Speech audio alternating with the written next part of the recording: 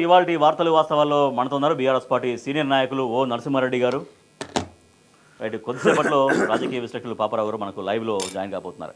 అయితే రాష్ట్ర ప్రణాళిక శాఖ ద్వారా రాష్ట్రంలో బీసీ కులగణన చేపట్టింది ఇటీవల రాష్ట్ర ప్రభుత్వం. అయితే నిన్న లెక్క తేల్చింది బీసీలు రాష్ట్రంలో 46.25% మాత్రం ఉన్నారు. దాంట్లో ముస్లిం బీసీలు కలిపితే మొత్తం 56.33%. సో రాష్ట్ర ప్రభుత్వమే చెప్తుంది చాలామంది దాదాపుగా 16 లక్షలు 17 లక్షల మంది ఈ సర్వేలో పాల్గొనలేదంటూ. సో ఇట్లా అసలు మొత్తం అందరికీ 100% సర్వేలో పాల్గొంటేనే వచ్చిన దాన్ని రిజల్ట్స్ బట్టి ప్రకటిస్తేనే అది సంపూర్ణమైనట్టు. కానీ రాష్ట్ర ప్రభుత్వమే చెప్తుంది కొన్ని లక్షలాది ప్రజలు పాల్గొనలేదు, కానీ ఇదే సర్వే రిజల్ట్ అంటూ దాని పట్ల బీసీ సంఘాల నాయకులు తీవ్రంగా ఆగ్రహం వ్యక్తం చేసిన పరిస్థితి. ఇది ముమ్మాటికి తప్పుల తడక అంటూ విమర్శిస్తున్నారు. రైట్, నరసింహారెడ్డి గారు, రాష్ట్ర ప్రభుత్వం చేసినటువంటి బీసీ కుల గణన అది సంపూర్ణం కాదు అనేది బీసీ సంఘాల నాయకులు చెప్తున్నటువంటి మాట. సో నిజంగా ఎట్లా క్లారిఫికేషన్ ఇవ్వాల్సినటువంటి అవసరం ఉంది, ఎట్లా దీన్ని సంపూర్ణం చేయాల్సినటువంటి అవసరం ఉంది? ఇప్పుడు రాష్ట్ర ప్రభుత్వం నిన్న బయటపెట్టిన ఇంటింటి సర్వే నివేదిక ఏదైతే ఉన్నదో దీంట్లో ఆల్రెడీ బీసీ వర్గాలు, మిగతా వాళ్ళు బీసీ మేధావులు చాలామంది దీన్ని మొదటి నుంచి కూడా కొంత దీంట్లో తప్పులు తడకగా ఉంది అనే దాంట్లో వ్యతిరేకిస్తారు. మొదటి పాయింట్ మనం ఆలోచన చేస్తే బీసీ కమిషన్ ద్వారా ఈ లెక్కలు తేలుస్తాము కులగణన అని ఫస్ట్ ప్రకటించినారు. ప్రకటించిన తర్వాత బీసీ మేధావులందరూ హైకోర్టుకు పోయినారు. ఈ బీసీ కమిషన్కి అట్లాంటి అధికారం లేదు. బీసీ కమిషన్ ద్వారా వచ్చిన రిపోర్టుతోని రిజర్వేషన్లు నిర్ణయించడానికి రాజ్యాంగం పర్మిట్ చేయదు అని వాళ్ళు హైకోర్టు పోతే హైకోర్టు అదే డైరెక్షన్ ఇచ్చింది. ఇచ్చిన తర్వాత దీనికోసం ఒక డెడికేషన్ కమిషన్ ఉండాలి, డెడికేటెడ్ కమిషన్ ఉండాలి. దాని ద్వారా మాత్రమే సర్వే జరగాలి, ఆ రిపోర్ట్ ఆధారంగా రిజర్వేషన్ నిర్ణయించాలనేది ఫస్ట్ స్టెప్లోనే గవర్నమెంట్ తెలిసారా మరి ఇంత ఒక ప్రభుత్వం ఇది. రాజేష్ గారు నేనేమంటే ఈజ్ ఎ గవర్నమెంట్, అన్ని సలహాలు అన్ని సంప్రదింపులు చేసి ఫస్ట్లోనే కాంగ్రెస్ పార్టీ యొక్క కాంగ్రెస్ ప్రభుత్వం యొక్క చిత్తశుద్ధి లేదు అనేది ఫస్ట్ స్టెప్లోనే అది గమనించడం జరిగింది. దాని మీద కూడా రాద్ధాంతం చేసినారు. ఎందుకు బీసీ కమిషన్ కూడా చేయొచ్చు అనేది నిరంజన్ గారితో ఒక 4 జిల్లాలలో మీటింగ్లు కూడా పెట్టినారు. మీకు గుర్తుంటే నిరంజన్ గారు బీసీ కమిషన్ చైర్మన్ గారు ఎవరు వాళ్ళు 4 జిల్లాలలో మీటింగ్లు పెట్టినారు, కరీంనగర్, వరంగల్ కొన్ని పెట్టిన తర్వాత మళ్ళీ అవి క్యాన్సిల్ అయిపోయినాయి. నేనేమంటున్నా మీకు ఒక స్పష్టత హైకోర్టు నివేదిక హైకోర్టు జడ్జిమెంట్ ప్రకారం వెంకటేశ్వర్లు గారిని డెడికేటెడ్ కమిషనర్గా నియమించినారు. నియమించిన తర్వాత ఇప్పుడు ఈ సర్వే చేసింది ఎవరు? ఇంటింటి సర్వే చేసింది కుటుంబ సర్వే అంటారు దీన్ని. అసలు జనగణన చేయడానికి ఇట్లాంటి సర్వేలు చేయడానికి రాష్ట్ర ప్రభుత్వాలకు అధికారం లేదు. కేవలము కులగణన చేయడానికి మాత్రమే అధికారం ఉంది. దీనికి సంబంధించి మీరు ఆలోచన చేస్తే ఇది కులగణన సర్వే కాదు అనేది గవర్నమెంటే చెప్పింది. ప్లానింగ్ కమిషన్ నోడల్ ఏజెన్సీగా స్టాటిస్టిక్స్ డిపార్ట్మెంట్ కలిసి చేసింది. ఇది ఏంటిది? ఇది అంటే 6 ఐటెంలు కవర్ చేసినాను మొత్తం దీంట్లో. సామాజిక, ఆర్థిక, రాజకీయ, విద్య, ఉపాధి మరియు కులగణన మొత్తం 6 పాయింట్లు చేసినారు. ఇలా సామాజిక విషయాలు, ఆర్థిక విషయాలు, రాజకీయ విషయాలు, కుటుంబంలో మీరు ఏ పార్టీలో పనిచేసినారు, ఇంతకుముందు జడ్పీటీసీగా పనిచేసినారా, ఏ పార్టీ నుంచి చేసినారా అనేది ఒకటి, విద్య, ఉపాధి ప్లస్ లాస్ట్కి వచ్చింది కులం అనేది. దీంట్లో పార్ట్ 1 పార్ట్ 2 ప్రేక్షకులకు తెలవాలి. ఎందుకంటే ఇది ఎందుకు కాంగ్రెస్ ప్రభుత్వం 42% బీసీలకు రిజర్వేషన్ ఇవ్వవలసిందే మా పార్టీ పూర్తిగా సపోర్ట్ చేసింది. మీరు మేనిఫెస్టోలో పెట్టినారు, 6 నెలల్లోనే చేసేస్తామని కామారెడ్డి డిక్లరేషన్ చేసినారు. బీసీలకు 42% దక్కాలనేదే మా పార్టీ యొక్క ఆలోచన. ఖచ్చితంగా బీసీలకు న్యాయం జరగాలని. కానీ దీంట్లో కొన్ని సందేహాలు బీసీ మేధావులే వెలువరుస్తున్నారు. మేము పార్టీ కాకుండా కూడా, రాజకీయ పార్టీలు కాకుండా కూడా ఇదేదో రాజకీయాల కోసం చేయట్లే. బీసీ అభ్యున్నతి పట్ల కేసీఆర్ గారికి ఉన్న చిత్తశుద్ధి కాంగ్రెస్ పార్టీకి లేదు. అది నేను తర్వాత చెప్తాను. పార్ట్ 1 పార్ట్ 2 అని పెట్టినారు రాజేష్ గారు. పార్ట్ 1లో ఏముంది? మొత్తం వివరాలు ఈ మిగతా ఇవన్నీ చెప్పిన కదా, సామాజిక, ఆర్థిక. పార్ట్ 2 ఎక్స్క్లూజివ్లీ ఒక వ్యక్తి యొక్క, ఒక కుటుంబం యొక్క బ్యాంక్ అకౌంట్ నెంబరు, మీకున్న మోబుల్ అండ్ ఇమోబుల్ ప్రాపర్టీస్ అంటే చర స్థిరాస్తులు, ఫ్రిడ్జ్ కానించి మొదలు పెడితే ఎంత భూమి ఉంది, మెట్ట ఎంత, తర ఎంత, బ్యాంకులో ఎంత డబ్బు ఉంది, బంగారం ఎంత ఉంది, ఈ డీటెయిల్స్ని ఇప్పుడు వీళ్ళు ప్రకటించిన దాంట్లో ఉత్తమ్ కుమార్ రెడ్డి గారు చేసిన దాంట్లో పార్ట్ 2లో అసలు ఇలా పార్టిసిపేట్ చేసిందని చెప్పిన గవర్నమెంట్ చెప్పిన దాంట్లో 96% కాదు 98% ఎవరూ దానికి సమాచారం ఇవ్వలేదు. అంటే ఏంది? పార్ట్ 2 ఎగిరిపోయింది. మీ దగ్గర పార్ట్ 2 లేదు. ఫస్ట్ మీరు పెట్టడమే కేవలం కులగణన పెట్టుంటే మంచిగా ఉండేది. అవును. కానీ మీరు ఇవన్నీ పెట్టేసి సో ఇంతకు చేసింది ఏ గణన అనేది ఏ అర్థం కాని గణన పరిస్థితి. అది నీకు ఎందుకంటే మీరు బీసీల పట్ల చేయటము మేము సమర్థిస్తున్నాం, కానీ మీరు ఇది చిత్తశుద్ధం చేస్తున్నారా? అసలు ఎగ్గొట్టే పద్ధతి ఏమన్నా ఉందా? మీ ఆలోచన ఏంటిది? రేవంత్ రెడ్డి గారి ఆలోచన, కాంగ్రెస్ ప్రభుత్వం ఒక ఆలోచన. ఎందుకు సందేహాలు వస్తున్నాయంటే రాజకీయ పార్టీగా మాకు కాదు, బీసీ సంఘాలకు కూడా చాలా సందేహాలు వచ్చి ఫస్ట్ హైకోర్టు పోయినారు వాళ్ళు. రైట్. కాబట్టి ఇన్ని 6 పాయింట్లలో కులం ఒకటి. దీంట్లోనే ఇంకేంటి, ఇప్పుడు దరిదాపు 16 నుంచి 18 లక్షల మంది పాల్గొనలేదని మీరే చెప్తున్నారు. అవును. ఈ పార్ట్ 2 అడుగుతున్నారని ఊర్లలో ప్రచారం ఏమైపోయిందంటే సర్వే వాళ్ళు వస్తున్నారు, ఎమ్యూనిటర్లు వస్తున్నారంటే తాళాలు వేసుకొని పోయినారు చాలామంది. అవును, అదే జరిగింది. అవును, చాలా మంది. అంటే ఇక్కడ మా ప్రశ్న ఏంటంటే, ఇప్పుడు వచ్చిన నివేదిక రైట్, ఇది శాస్త్రీయమైన నివేదికేనా? ఒకవేళ దీని మీద ఆధారపడి అంటే ఇప్పుడు ఏం చేయాలి? ప్లానింగ్ డిపార్ట్మెంట్, గవర్నమెంట్ నుంచి వచ్చిన ప్లానింగ్ డిపార్ట్మెంట్ నోడల్ ఏజెన్సీగా చేసిన ఈ సర్వేని ఇప్పుడు డెడికేషన్ బీసీ కమిషన్ పంపిస్తారు. డెడికేటెడ్ బీసీ కమిషన్ పోవాలి, వెంకటేశ్వర గారి దగ్గర పోవాలి. పోయిన తర్వాత వారు ఇళ్ళ నుంచి తీసిన ఈ పర్సంటేజ్ ప్రకారం ఆయన రిజర్వేషన్లు నిర్ణయం చేయాలి. దీనికి కేంద్రం అనుమతి కావాలి. కాబట్టి ఒక 20 లక్షల మంది 18 లక్షల మంది పాల్గొనని ఈ సర్వేను ఆధారంగా మీరు చేస్తామంటే బీసీలకు న్యాయం చేయాలనేది మా తాపత్రయం. జరుగుద్దా అనే అనుమానాలు రావటం అనేది శాస్త్రీయమైంది. రైట్. పాపారావు గారు, గుడ్ మార్నింగ్ అండి. పాపారావు గారు, ప్రభుత్వం మేము లెక్క తేల్చేసాం అని ప్రభుత్వం చెప్తుంది. అది లెక్క కాదు, ఇది తప్పుల తడక, సమగ్రంగా లేదు అనేది బీసీ మేధావులు, బీసీ సంఘాల నాయకులు అందరూ కూడా ఈ రిజల్ట్స్ పట్ల, ప్రకటించినటువంటి ఫలితం పట్ల అసంతృప్తే వ్యక్తం చేసినటువంటి పరిస్థితి. సో దీన్ని ఎట్లా అందరినీ సాటిస్ఫై చేయడం కోసం ప్రభుత్వం ఇప్పుడు ఏం చేయాలి? అంటే మామూలుగా మనం పైన అబ్జర్వ్ చేసిన సర్వే సమగ్రంగా జరగలేదు అనేది సరే బీసీ సంఘాలు వాళ్ళు కూడా చెబుతున్న విధంగా నగరంలో అయితే 40% కూడా సర్వే సరిగ్గా జరగలేదు అనేది అర్థమవుతుంది. సో డేటా మొత్తం సేకరించకపోవటం వెనక ప్రభుత్వం తాలూకు చిత్తశుద్ధి లోపం అనేది క్లియర్ గా కనపడుతుంది. ఎందుకంటే ప్రభుత్వం కనుక రియల్ గా ఇంటెంట్, ఉద్దేశం కనుక బలంగా ఉంటే కనుక చేయగలిగేవాడు. కానీ ఏదో ఆషామాషిగా చేసామంటే చేసాం అనే లెక్కగా చేయటం వల్ల ఈరోజు కులగణన అనేది లేకపోతే ఇది సమగ్ర సర్వే ఇది సంపూర్ణంగా జరగలేదు. అదే టైంలో దీనికి వెనక కామారెడ్డి డిక్లరేషన్ అనేది బీసీలు ఎంతమంది ఉన్నారనేది బీసీలకు ఇచ్చిన, కామారెడ్డిలో బీసీ డిక్లరేషన్ ఇచ్చారు. మీరు అలాగే వరంగల్లో ఒక డిక్లరేషన్ ఇచ్చారు, ఖమ్మంలో ఒక డిక్లరేషన్ ఇచ్చారు. అన్ని డిక్లరేషన్లకి తూట్లు పొడిచారంటే కామారెడ్డిలో ఇచ్చిన ఈ డిక్లరేషన్ కూడా తూట్లు పొడిచే ఆలోచన ఉందనే అనుకోవాలి. ఎందుకంటే మిగతా డిక్లరేషన్ విషయంలో కూడా ఏమాత్రం చిత్తశుద్ధి లేదు, అనేక అబద్ధాలు ఆడారు. కాబట్టి ఇదేదో తూతు మంత్రంగా పూర్తి చేసి ఒక డేటా అనేది మన కళ్ళ ముందు పెట్టారు. అది సమగ్రమైన డేటా కాదనేది అర్థమవుతుంది. ఇక్కడ మీరు ప్రధానంగా చేయాల్సింది ఏంటంటే డేటా కరెక్టా కాదా చెక్ చేసుకోవాలి. మీరు గ్రౌండ్ లెవెల్లో వెళ్ళారు, సమగ్రంగా జరగాల సర్వే. మీరు సమగ్రంగా జరగలేదు అనేది అర్థమైన తర్వాత అది పోనీ మీరు అన్నట్లుగానే కొద్దిపాటి మందే మినహాయింపు అయ్యారు, సర్వేలోకి రాలేదు, లెక్కే లేకపోయాం అనేది నిజమైనా మీరు ఆ డేటాని గ్రౌండ్ లెవెల్లో అంత ముందున్నటువంటి పాత డేటాతో కంపేర్ చేసుకోవాలి. పాత డేటాతో కంపేర్ చేసుకుంటే అది కంపేర్ చేయకుండా మీరు క్రాస్ వెరిఫికేషన్ లేకుండా మీరు చెప్పిన డేటా ఏ సమగ్రం అని ఎవరు అనుకోరు. ఇప్పుడు మీకు వచ్చిన డేటా ఎంత? 45% ఆడేది వచ్చింది బీసీ, 46% వచ్చింది. అవును, 46 అంటే మొత్తం అంతా కలిపితే ఇంకా ముస్లిం బీసీలు అని కలిపితే 56 పాయింట్ సమ్, అది ముస్లిం బీసీలు కలిపితే. కానీ అసలు ఆ 46% అనేది తక్కువేమో అనేది ఎవరికైనా సందేహం వస్తుంది. మామూలుగా మొదటి నుంచి మనం అనుకుంటున్న డేటా అది కాదు. పాత డేటా ప్రకారం పాత డేటా నా దగ్గర లేదు, కానీ ఇమీడియట్ గా పాత డేటా ఖచ్చితంగా ఎంతో కొంత తెలంగాణలో ఎంత పాత అయినా కానీ ఒక డేటా ఉంటుంది. ఆ మేరకే జనాభా పెరుగుదల లెక్కేసుకున్నా ఆ డేటాయే కరెక్ట్ గా ఉండే అవకాశం, దీనికంటే ఎక్కువే ఉంది ఆ సంఖ్య అయితే. కాబట్టి ఓవరాల్ గా ఏంటంటే చిత్తశుద్ధి లేని వ్యవహారం. అంటే ఈరోజు వాళ్ళలో వాళ్ళు పదవులు పంచుకునే కార్యక్రమంలో పార్టీ పదవులు, పైగా పదే కులాలు చెప్పాలని చేస్తున్నారు. కాబట్టి కొంతమంది నాయకులు, రేవంత్ రెడ్డి లాంటి వాళ్ళకి బీసీ వర్గాలకి అధికారంలో వాటా ఇవ్వటం కనుక ఎక్కువ వాటా ఇస్తే తమ వాటా తగ్గిపోద్దనే భయం కూడా ఖచ్చితంగా ఉంటుంది.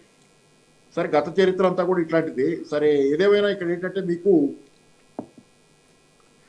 ఈరోజు బీసీలకు రిజర్వేషన్లు ఇవ్వటం విషయంలో ఖచ్చితంగా కాంగ్రెస్ పార్టీ చిత్తశుద్ధితో లేదనేది ఓవరాల్ గా మనకు కనపడేది.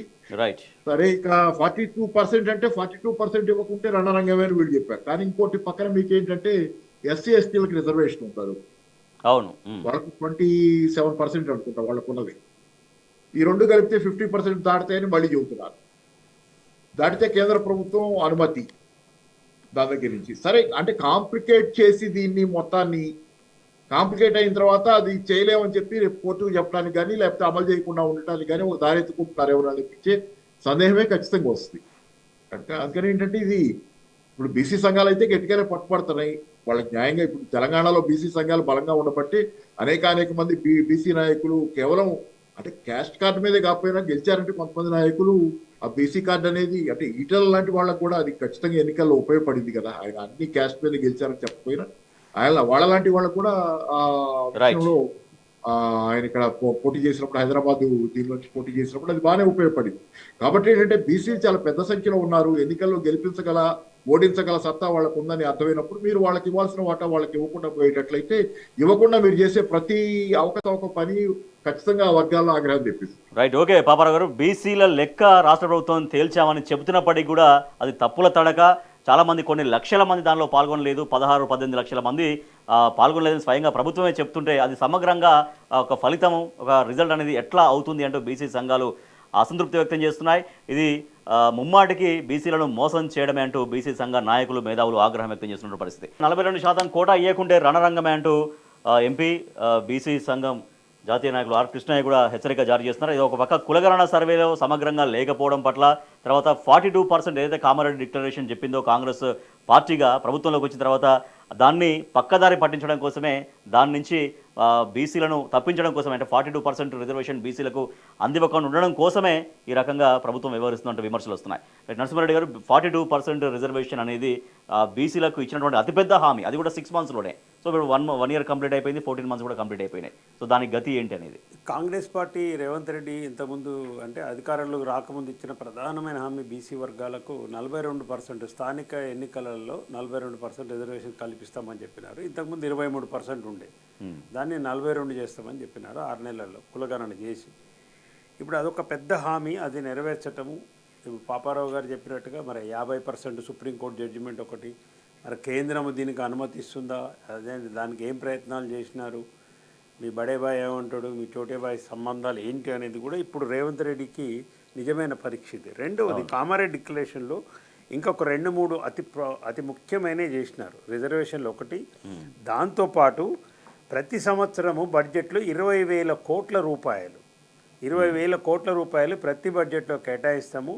5 సంవత్సరాలలో బీసీ వర్గాలకు 1,00,000 కోట్ల రూపాయలు కేటాయిస్తామనేది థర్డ్ పాయింట్గా ఉన్నది చూడండి అక్కడ.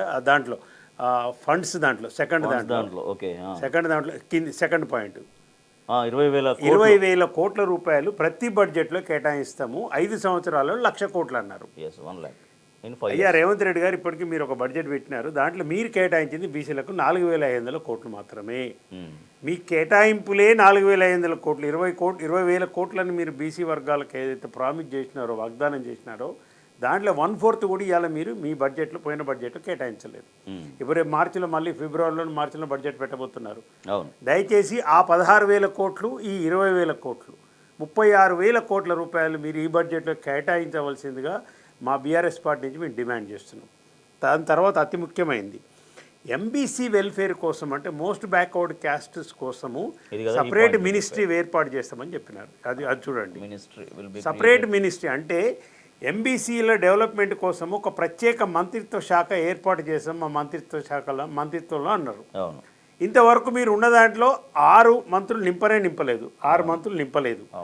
మరి ఇప్పుడు ఈ ఎంబీసీల కోసము సపరేట్ మినిస్ట్రీ ఎప్పుడు క్రియేట్ చేయబోతున్నారు, మీ మంత్రివర్గంలో ఎంబీసీలకు సంబంధించిన మంత్రిత్వ శాఖ ఎప్పుడు ఏర్పాటు చేయబోతున్నారు అనేది కూడా రేవంత్ రెడ్డి గారు ఈ సందర్భంగా మరి క్యాబినెట్ సబ్ కమిటీలో ఆ చర్చ అయితే రాలేదు. నేను ఉత్తమ్ కుమార్ రెడ్డి గారు కానీ, పొన్నం ప్రభాకర్ గారు కానీ ఆ విషయం అయితే చెప్పలేదు. మరి దీని అంటే కామారెడ్డి డిక్లరేషన్ సంబంధించి ఒక పాయింట్ మీదనే మాట్లాడుతున్నారు, ఇంకా చాలా పాయింట్లు ఉన్నాయి దాంట్లో. 20,000 కోట్లు కావచ్చు, గురుకులాలకు సంబంధించిన ఫండ్స్ అన్నారు. అసలు మొత్తం గురుకులాలే ఇవాళ మూతపడే పరిస్థితి తెచ్చేసి, గురుకులాల విషాహారం వచ్చినా కానీ మీరు పట్టించుకునే పరిస్థితి లేదు ఎడ్యుకేషన్ సంబంధించి. కాబట్టి నేను అదే ఇప్పుడు ఏమంటున్నారు, ఎవ్రీ మండల్ ఏమో గురుకులం పెడతామన్నారు బీసీలకు. ఇక్కడికి వచ్చేవరకు ఏమైంది, ఇప్పుడు ఎవ్రీ మండల్ ఒక ఇంటర్నేషనల్ స్కూల్ అని చెప్పి ఉన్న గురుకులాలు మూతపడే పరిస్థితి వచ్చింది. కేసీఆర్ గారి కాలంలో, కేసీఆర్ గారి పరిపాలనలో బీసీలకు గురుకులాలు పెట్టి వాళ్ళను విద్యలో పైకి తీసుకురావాలని చెప్పి రాజకీయంగా అవకాశాలు కల్పించి అంబేద్కర్ ఓవర్సీస్ స్కాలర్షిప్ కావచ్చు, మిగతా అన్నిటి కూడా కావచ్చు, ఎంతో శాస్త్రీయంగా చేసినారు బీసీలకు సంబంధించి. ఇవాళ మీరు అలవి కానీ హామీలు కావా మరి మీరే చెప్పాలి. ఎందుకంటే మీరు ఇచ్చిన హామీల ప్రకారం పెద్ద ఎత్తున బీసీ వర్గాలు మీకు ఓట్లు వేసినాయి, అది వాస్తవము. ఇలా ఓట్లు వేయించుకొని అధికారంలోకి రాగానే మేము ఒకటి చేస్తాము ఒకటి చేయము, ఉన్న మంత్రిత్వ శాఖలు నింపే కెపాసిటీ మీకు లేదు. రాహుల్ గాంధీ గారు నిలబడమంటే నిలబడాలి, కూర్చోమంటే కూర్చోవాలి. మీరు మీకు ఎక్కడ తెలంగాణ మంత్రిని వేసుకునే ఒక కార్పొరేషన్ చైర్మన్ వేసుకునే స్వేచ్ఛ లేదు మరి. కాబట్టి బీసీలకు ఇచ్చిన హామీలు నెరవేర్చడంతో పాటు ఖచ్చితంగా స్థానిక సంస్థలు అంటూ కండక్ట్ చేస్తే మీరు మాత్రం ఖచ్చితంగా 42% స్థానిక బీసీలకు రిజర్వేషన్లతోనే ఆ ఎన్నికలు ఏర్పాటు చేయాలి, కండక్ట్ చేయాలని మా పార్టీ డిమాండ్ చేస్తుంది ఖచ్చితంగా. రైట్ పాపారావు గారు, ఇవాళ సమగ్ర కులగణన లేదంటే బీసీల లెక్క తేల్చామని ప్రభుత్వం చెప్తున్నప్పటికీ సో దానిపైన ఎవరు సంతృప్తిగా లేరు. సో లేకపోతే దీన్ని అట్లనే ఇంప్లిమెంట్ చేస్తే మరి దాని ఆధారంగానే 42% రిజర్వేషన్ ఇస్తే ఇంకా నష్టపోయే ప్రమాదం కూడా ఉంటుంది కదా. సో అందుకని ఒక తొందరగా ఒక సపరేట్గా ఒక సిస్టమ్ పెట్టి చాలా స్పీడ్గా ఇంకెవరైతే మిగిలిపోయారో వాళ్ళని గుర్తించాలి, వాళ్ళ దగ్గర నుంచి కూడా డేటా సేకరించాలి అనేటువంటి డిమాండ్ బీసీలు చేసినటువంటి పరిస్థితి. అది జెన్యూన్ డిమాండ్. అయితే దీనిలో ఏంటంటే కోర్టుకు వెళ్ళే అవకాశం కూడా ఉంది దీనిలో.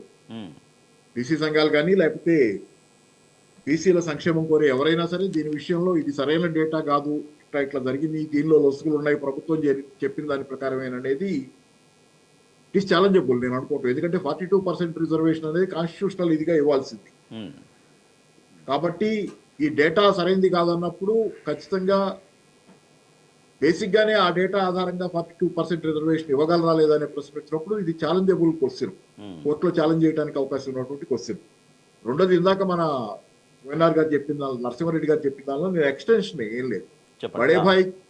బడేభాయ్ ఎంతవరకు ఈయనకి సహకరిస్తారు, ఆ రిజర్వేషన్లు పెంచడంలో ఎంతవరకు సహకరిస్తారనేది పరీక్ష అనుకుంటున్నాం. కానీ ఇక్కడ దానికి అడిషనల్ గా ఏంటంటే ఆ పరీక్ష బహుశా అయిపోయింది. బడ్జెట్ టైంలోనే ఈయనకి మొండి చేయి చూపించి బడేభాయ్ చోటాభాయ్ మధ్య సంబంధం కేవలం బీఆర్ఎస్ నాయకుల్ని వేధించడం కోసం green signal, governor green signal ఇవ్వటం కోసం ఉపయోగపడుతుంది తప్పితే దానికైతే మోడీ గారు రెడీగా గ్రీన్ సిగ్నల్ ఇవ్వటం కోసం మోడీ గారికి రేవంత్ రెడ్డి గారికి మధ్య సత్సంబంధాలు ఉంటాయి. కానీ రాష్ట్రానికి సంబంధించి ఏమైనా ప్రయోజనాలకు సంబంధించి చూస్తే వీళ్ళు 1,63,000 కోట్ల రూపాయలకు ప్రతిపాదన పెడితే వాళ్ళు ఇచ్చింది మొండి చేయి. కాబట్టి ఏంటంటే రేవంత్ రెడ్డి గారికి ఇప్పటికైనా కళ్ళు తెరుచుకోవాలి, కాస్త కొంచెం ఆలోచించుకొని ఎవరు నిజంగా రాష్ట్రానికి మేలు చేసే వాళ్ళది రేవంత్ రెడ్డి గారికి కూడా కొంత ఆయన కూడా రాష్ట్రాన్ని నిజంగా చేయాలనే కంకణం కట్టుకుంటే తప్పితే పరిస్థితి మారదు. సరే, ఏదేమైనా కాంగ్రెస్ పార్టీలో వాళ్ళే చాలా మంది అసంతృప్తితో ఉన్నారు. ఎటు కూడా చర్చనీయాంశంగా అది కూడా రావచ్చు బహుశా. అంటే మీరు చెప్పినట్టుగా ఇప్పుడు మళ్ళీ కోర్టును ఆశ్రయిస్తే ప్రాసెస్ ఆగిపోవడం, తర్వాత 42% రిజర్వేషన్ అనేది అది ఎప్పుడు ఇస్తారో తెలియని పరిస్థితుల్లో సరే ఈసారి అయితే స్థానిక సంస్థలు కానివ్వండి, నెక్స్ట్ టైం వచ్చే స్థానిక సంస్థలకు చూద్దాం అన్నటువంటి ఆ దూరంతో ప్రభుత్వం వెళ్తున్నట్టుగా అనుకోవాలా? అవ్వచ్చు బహుశా. ఎటు దీని మీద వివాదం అవుతుంది అనేది వాళ్ళకు ఒక అంచనా ఉంటుంది కదా. ఇప్పుడు గతంలో కేసీఆర్ గారి ప్రభుత్వం ఉన్నప్పుడే ప్రతిదాని మీద కేసులు వేసి మొండికాలు అడ్డం పెట్టి ఏది అమలు జరగకుండా చేసి ప్రభుత్వం చేయట్లేదని రెండో పక్కన ఆరోపణలు చేస్తా పోయిన వాళ్ళే కదా. వాళ్ళకి బాగా అలవాటు ఇది, చక్కగా కేసులు వేయటుంది. మరి ఆ రకంగా చేయాలంటే ఈరోజు బీఆర్ఎస్ కూడా చేయొచ్చు. కానీ బీఆర్ఎస్ దేని మీద కోర్టులకు పోయి ఏది మొండికాలు అడ్డం పెట్టాల, ప్రజలకు జరిగే ప్రయోజనాన్ని దేన్ని అడ్డం పట్టాల. బీఆర్ఎస్ పార్టీ నిజంగా చేయమని కోరుతుంది, జెన్యూన్ గా చేయమని కోరుతుంది. మీరే క్రెడిట్ తీసుకోండి, చేయండి అని కోరుతుంది. కాబట్టి మొండికాలు అడ్డం పెట్టడం అలవాటే. ఇట్లాంటి లీగల్ లిటిగేషన్ ప్రాసెస్ ను వాడుకొని తమ చేయదలుచుకుని నిర్వహించుకోవడం కూడా అలవాటుగా చేసిన వాళ్ళుగా మళ్ళీ అయితే వీళ్ళు బహుశా అదే అంచనా ఉన్న ఆశ్చర్యం ఏం లేదు. నేనేమంటున్నా అంటే బీజేపీ పార్టీకి జాతీయంగా ఆ పార్టీ 10 సంవత్సరాల పరిపాలన తర్వాత వాళ్ళకు స్పష్టమైన వాళ్ళ వైఖరి చెప్పినారు. మేము కులగణనకు జనగణనకు వ్యతిరేకము, ఎక్కడ కూడా రాజ్యాంగంలో ఇది లేదు అనేది వాళ్ళు చెప్తున్నారు. కులగణన అనేది మా పార్టీ విధానం కాదు, రాజ్యాంగం అన్ని రాష్ట్రాలలో కూడా రాహుల్ గాంధీ చెప్తున్నారు కూడా వాళ్ళు వ్యతిరేకించినారు. నేనేమంటే ఒకవేళ రేవంత్ రెడ్డి గారు కనుక చిత్తశుద్ధి ఉంటే ముందే మరి కేంద్ర ప్రభుత్వం పోయి మాట్లాడుకొని ఆ బీసీ మంత్రిత్వ శాఖ, హోంశాఖ లేదా ప్రధానమంత్రి గారితోనైనా మాట్లాడి, అయ్యా మేము ఇట్లా 42% రిజర్వేషన్ ఇచ్చినాము, సరే ఈ జనాభా గణన జరిగేది కులగణన జరుగుతూనే ఉంటుంది, కానీ ఇప్పుడు కేంద్ర అనుమతి అవసరం కదా, 50% దాటుతుంది. ఆ షెడ్యూల్ 9 కింద తీసుకోవాలి. తమిళనాడులో ఎట్లయితే 65%. కేసీఆర్ గారు ఎప్పటి నుంచో డిమాండ్ చేస్తున్నారు, ఇది మాకు వదిలిపెట్టండి, రాష్ట్రాలకు సంబంధించి రిజర్వేషన్స్ మేమే చేసుకుంటామంటే వాళ్ళు ఒప్పుకోలేదు. కేంద్ర బీజేపీ ప్రభుత్వం ఒప్పుకోలేదు. మరి ఇవాళ కూడా సేమ్ అదే సమస్య వస్తే నేనేమో న్యాయపరమైన విషయాలు కేంద్ర ప్రభుత్వానికి సంబంధించి అనుమతులకు సంబంధించి రాజ్యాంగపరమైన ఇష్యూస్ ఏమైనా ఉన్నాయా అని ఒక్కడన్నా మాట్లాడుతున్నా అండి? ఎక్కడైనా దానికి సంబంధించి ఒక ఎక్స్పర్ట్ కమిటీ వేసినారా? ఒక ఎక్స్పర్ట్ కమిటీ ఇప్పుడు 50% దాటంగానే సుప్రీంకోర్టు జడ్జిమెంట్ ప్రకారం ఇది అమలుకు నోచుకోదు, అది అందరికి తెలిసిన అంశం. ఇప్పుడు 50% దాటుతుంది. అవును, దాటుతుంది కదా. ఇప్పుడు మీ ఎస్సీలకు ఎస్టీలకు లెక్క ప్రకారం ఉన్నట్టు ఇవ్వాల్సిందేనే. అవును, 17 + 10 10 అదొక 28 30%, ఇది ఒక 42, 50% దాటిపోతూనే ఉంది కదా ఆల్రెడీ 50%. మరి పోయినప్పుడు దీనికి సంబంధించి ఏంటంటే ఏమన్నా జాగ్రత్తలు తీసుకున్నారా? కేంద్ర ప్రభుత్వంతో కన్సల్ట్ చేసినారా? మరి వారిని ఒప్పియాలి. మీ ఏమైనా కానీ కిషన్ రెడ్డి గారికి కండవ కప్పి షాలు కప్పంగానే తెల్లారే గవర్నర్ గారు అనుమతిస్తారు. అంటే ఈ రెండు పార్టీలు కూడా జాతీయంగా ఎట్లా ఉన్నప్పుడు ఒక పార్టీ విభేదించుకున్నప్పటికి కూడా రాహుల్ గాంధీ గారు రాజ్యాంగం జేబులో పెట్టుకొని తిరిగినప్పటికి కూడా ఇక్కడ తెలంగాణకు సంబంధించి మాత్రము రేవంత్ యొక్క సర్కార్కు రేవంత్కు మాత్రం రక్షణ దళంగా నిలబడేది మాత్రం బీజేపీ దళమే.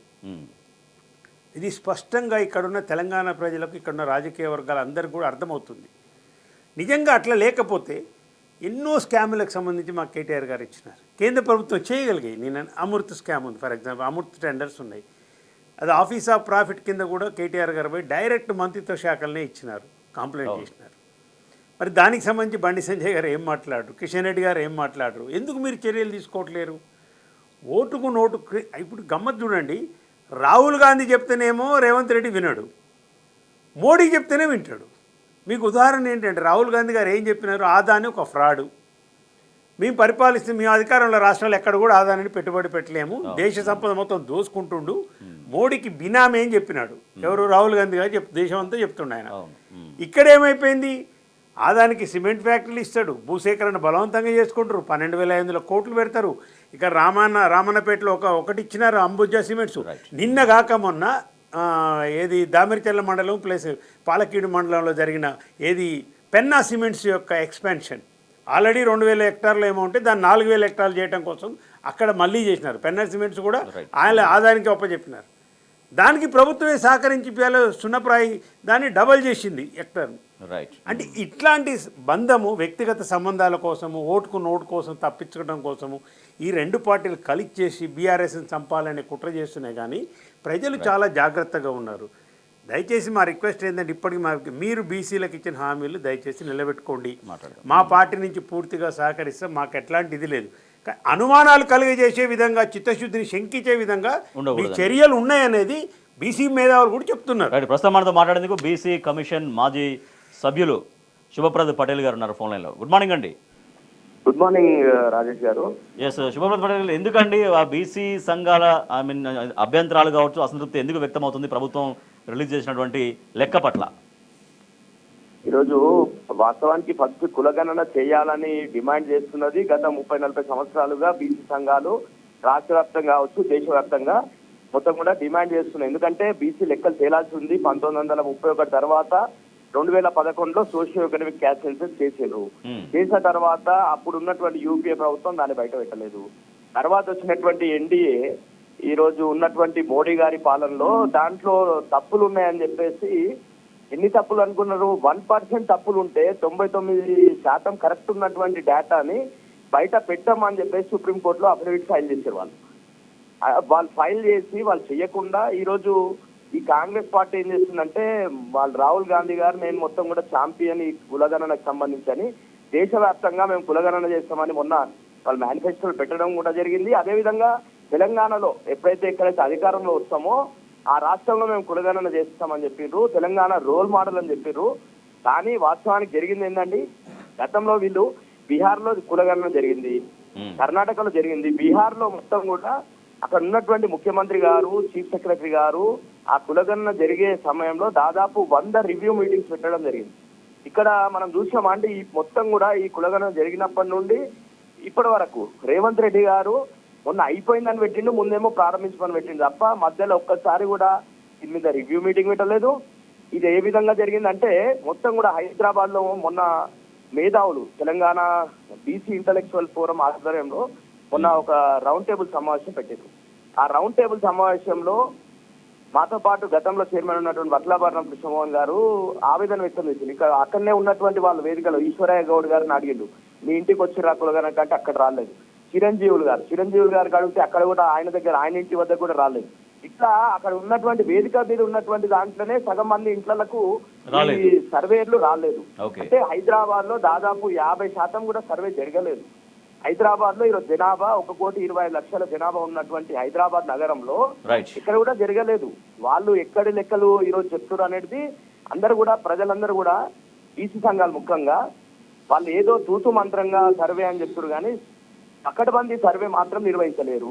ముఖ్యంగా ఏదైతే అపార్ట్మెంట్లలో ఉన్నటువంటివి కావచ్చు, గేటెడ్ కమ్యూనిటీలలో కావచ్చు, ఇక్కడ కూడా సర్వే చేసినట్టు దాఖలాలు కనిపించలేవు మనకు. కాబట్టి ఇవన్నీ కూడా జరగలేవు. కాబట్టి ఈరోజు చెప్తున్న లెక్కలు సక్రమంగా లేవు. అందరు కూడా బీసీ సంఘాలు ఏమంటారంటే 60% పైన ఉంటాం, 61-62% బీసీలు ఉంటారు.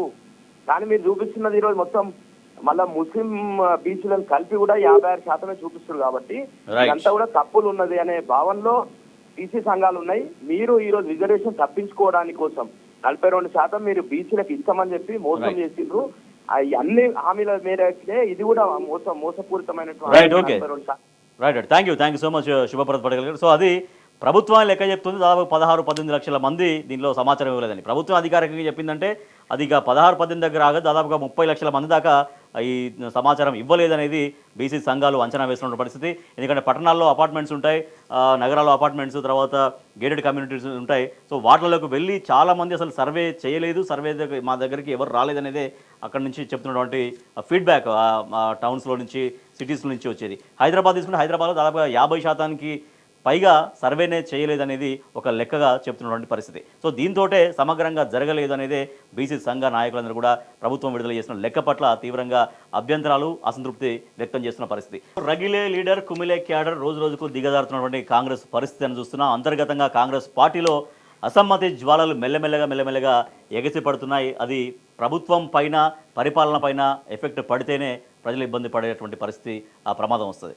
రైట్, నరసింహారెడ్డి గారు, కాంగ్రెస్ పార్టీలో జరుగుతున్నటువంటి పరిణామాలు ఇవన్నీ కూడా ఎక్కడికి దారితీసే అవకాశం కనిపిస్తుంది? సొంతంగా రహస్యంగా పార్టీ ఎమ్మెల్యేలు భేటీ కావడం, సొంత మంత్రులపైన విమర్శలు చేయడం, తర్వాత మొన్న పెట్టుకున్నటువంటి పోల్లో తమకు తాముగా ఎటువంటి వ్యతిరేక పరిస్థితి ఎదురైందో చూడడం, ఇవన్నీ కూడా ఏం చెప్తున్నాయి? అంటే వాస్తవానికి ఏంటంటే జనరల్గా కాంగ్రెస్ కల్చర్ ఏంటంటే అంతర్గత కుమ్ములాటలు, పదవుల కోసం ఒకళ్ళు దించడం, ఒకళ్ళని ఎక్కేయటము, వాళ్ళ అధిష్టానం నచ్చకుంటే వాళ్ళు కూడా ముఖ్యమంత్రులను మార్చడం అనేది జనరల్గా మనము ఇందిరాగాంధీ, నెహ్రూ గాంధీ టైం నుంచి చూస్తున్నాం.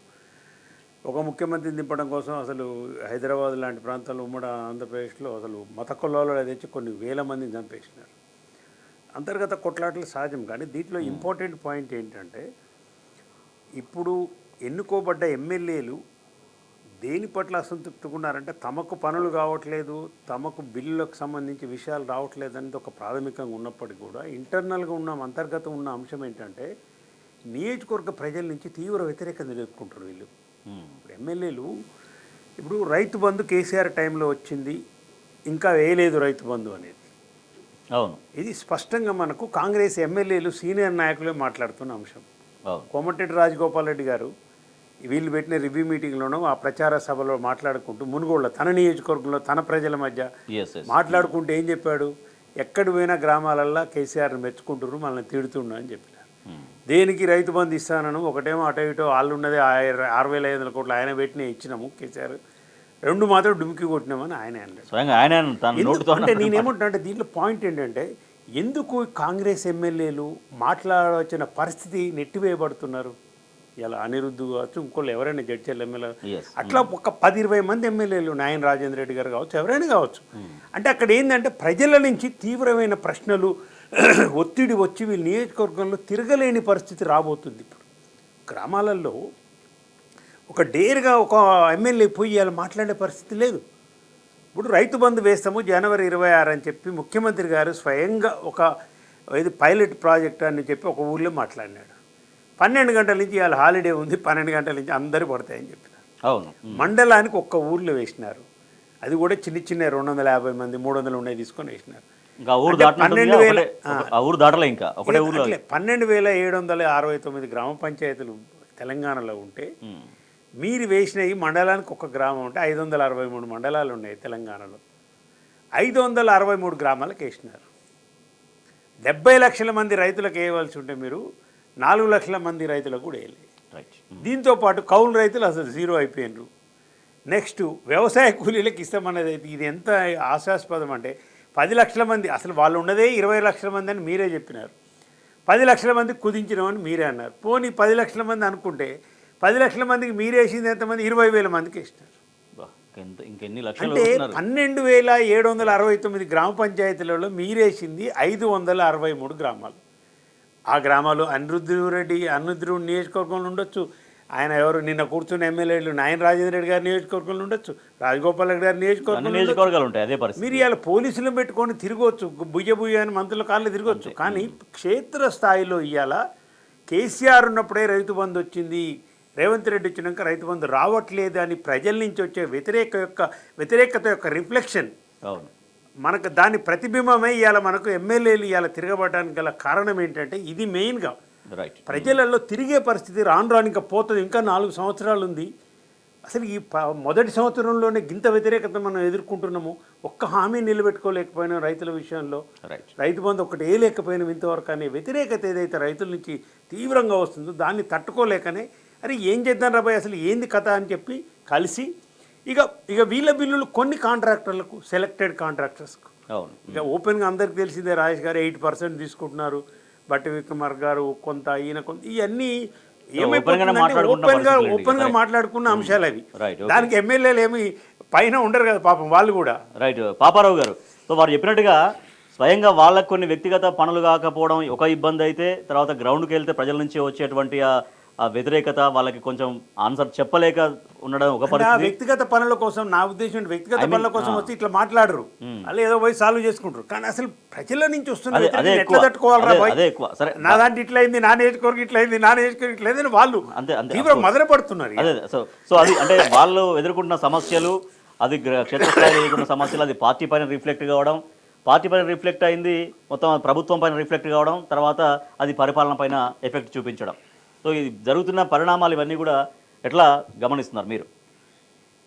అంటే అసలు జనాల్లోకి వెళ్ళే పరిస్థితి లేదనేది మొన్న వీళ్ళు గ్రామాల్లోకి వెళ్ళినప్పుడే స్పష్టమైంది. జనాల్లోకి వెళ్ళే పరిస్థితి లేదు. కాంగ్రెస్ వాళ్ళు పోలీసులను పెట్టుకొని రైతు సభలు లాంటివి పెట్టుకున్నారు కదా, పోలీసులను పెట్టుకుని నిర్వహించుకుంటూ తప్పితే ప్రతి చోట నిరసన ప్రతిఘటన కనపడ్డాయి.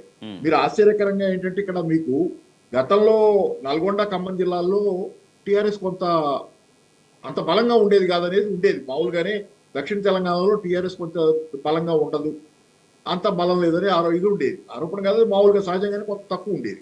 కానీ ఏంటంటే ఈసారి వాతావరణం పూర్తిగా మారి తెలంగాణ వ్యాప్తంగా టీఆర్ఎస్కి జోరు పెరుగుతుంది. ఎందుకు?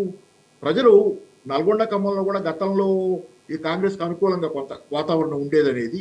అయితే వాళ్ళు ప్రజలు ఇక్కడ గుర్తిస్తున్నారు. ఇప్పుడు ఏమైందంటే కాంగ్రెస్ పార్టీ అధికారంలోకి రావటం వల్ల అదే విలన్ ఉంటేనే హీరో బలం ఇది తెలుస్తుంది అన్నట్టు హీరో శక్తి ఈ కాంగ్రెస్ పార్టీ చేసే అరాచకాల వల్ల టీఆర్ఎస్ ఎంత గొప్పదనేది, కేసీఆర్ గారు ఎంత మహానుభావుడు అనేది ఈరోజు జనాలకు అర్థం.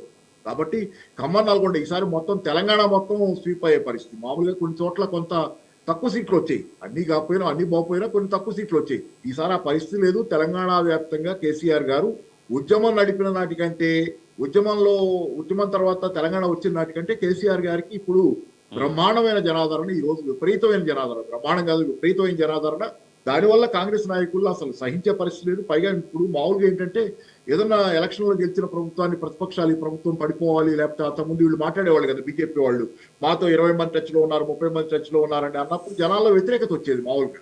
కానీ ఇప్పుడున్న పరిస్థితి ఏంటంటే ఎవరేం మాట్లాడక్కర్లేదు. ఈ ప్రభుత్వం 4 ఏళ్ళు ఉంటుందని ఓఎన్ఆర్ గారు నేను మాట్లాడినా కానీ జనాలు ఏమనుకుంటున్నారు, అమ్మ ఇంకా 4 ఏళ్ళు ఉంటుందా, ఎప్పుడు పోద్దామని చూస్తున్నారు. జనాల్లో వాతావరణం వచ్చింది. 4 ఏళ్ళు ఉంటే వీళ్ళు చేసే విధ్వంసానికి మళ్ళీ తెలంగాణ కోలుకుంటుందా, కాబట్టి 4 ఏళ్ళు ఉంటుందా అని జనాలకు వచ్చింది. జనాలు గతంలో ఏంటంటే పార్టీలు వాళ్ళు మాట్లాడుకుంటే కనుక ప్రభుత్వాన్ని కోల్దోయటం లేకపోతే ఇంకో విషయాలు మాట్లాడితే జనాలు చేత్కరించుకునేవాళ్ళు. ఇప్పుడు అది కాదు. జనాల్లోనే ప్రభుత్వం తొందరగా పోవాలనే కోరిక వచ్చేంత తీవ్ర స్థాయిలో ద్వేషాన్ని తెచ్చుకున్నారు జనాల్లో వీళ్ళు. కాబట్టి జనాల్లో తిరిగే పరిస్థితి లేదు.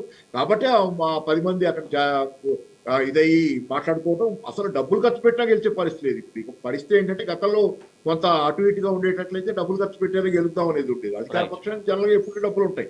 కానీ ఇప్పుడు ఆ పరిస్థితి కూడా ఎట్టి పరిస్థితుల్లో లేదనేది స్పష్టంగా జనాలు అసలు వీళ్ళని మొన్న వాళ్ళ సర్వే చెప్పింది కదా.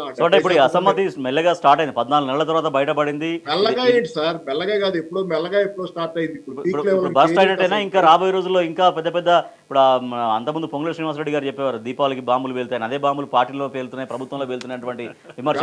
మీకు నిస్సందేహం ఇప్పుడు ఇది సహజమైన పరిణామం సార్, సహజమైన పరిణామం.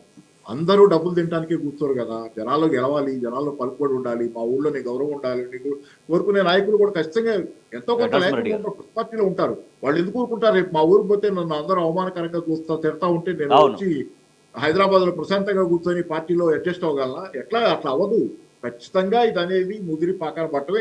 అందుకే దీపాదాస్ మున్షి గారు పరిగెత్తుకొస్తున్నారు ఇవాళ ఏది సత్యం రైట్ చెప్పుకోవటానికి. రైట్ నరసింహారెడ్డి గారు. సో సెటరైట్ అవుతుందా? సెటరైట్ అయితే ఎందుకంటే సెటరైట్ కావడం దేనికంటే అది పరిపాలన పైన ఎఫెక్ట్ పడకుండా సెటరైట్ కావాలనే అనుకోవడం అంతే. అది ఇప్పుడు ఆల్రెడీ పాపారావు గారు చెప్పి దీపదాస్ మున్షి గారు ఆల్రెడీ ఇక్కడికి వస్తున్నారు, అధిష్టానానికి వెళ్ళిపోయింది. కేసీ వేణుగోపాలరావు గారు ఇంటర్వ్యూ అయినారు, సెక్రటరీ గారు ఇక్కడ ఇన్ఛార్జి.